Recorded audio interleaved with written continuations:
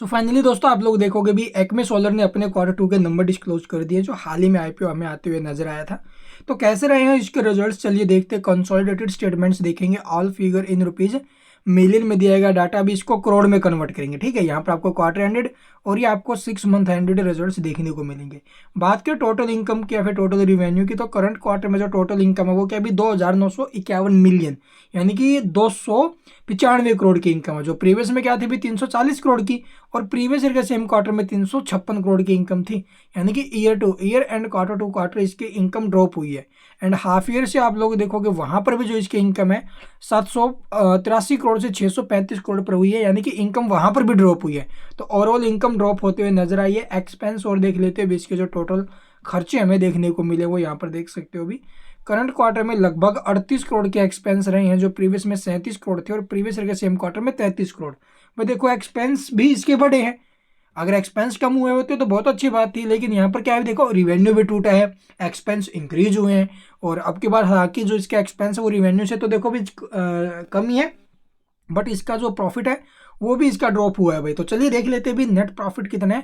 तो profit for the period अगर हम बात करें तो करंट क्वार्टर में जो कंपनी ने प्रॉफिट दिया अभी वो यहाँ पर आप लोग देख सकते हो, करीब 15 करोड़ 29 लाख का है, जो प्रीवियस में केवल 1 करोड़ का प्रॉफिट था भाई।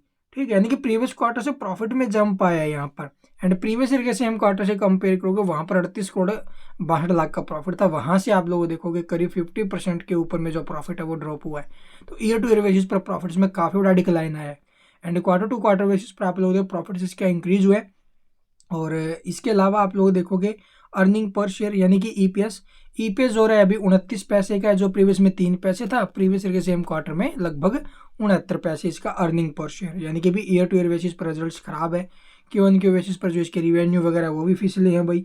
ठीक है, इसके अलावा टोटल एसेट्स वगैरह यहाँ पर आप लोग देखोगे एसेट्स इसके प्रीवियस के मुकाबले इंक्रीज हुई है। ठीक है, जो कि करीब 13,399 करोड़ से इंक्रीज होकर पहुंची है 15,521 करोड़ पर। तो टोटल एसेट्स इसकी इंक्रीज हुई है। इसके अलावा बोरोइंग वगैरह यहाँ पर देखोगे short term and long term में, यानी डेट जो कंपनी के ऊपर है वो इसका कम हुआ या फिर ज़्यादा। तो यहाँ पर देख सकते हो कंपनी का जो डेट है वो लॉन्ग टर्म और शॉर्ट टर्म, लॉन्ग टर्म में आप लोग देखोगे भी इजाफा देखने को मिला है, एंड शॉर्ट टर्म में भी इसका जो डेट है वो इंक्रीज हुआ है। तो डेट इसका इंक्रीज होते हुए नजर आया है। और बाकी ये कैश फ्लो स्टेटमेंट से देखना चाहो तो वीडियो को पॉज करके देख लेना। और ये आपको इसके जो ना भी नोट्स वगैरह देखने को मिलेंगे ड्यूरिंग द क्वार्टर, और क्या कुछ होते हुए नजर आए। आप लोग अगर इसे पढ़ना चाहो तो वीडियो को पॉज करके पढ़ भी सकते हो भी। ठीक है, stand alone results. And thank you for watching the video.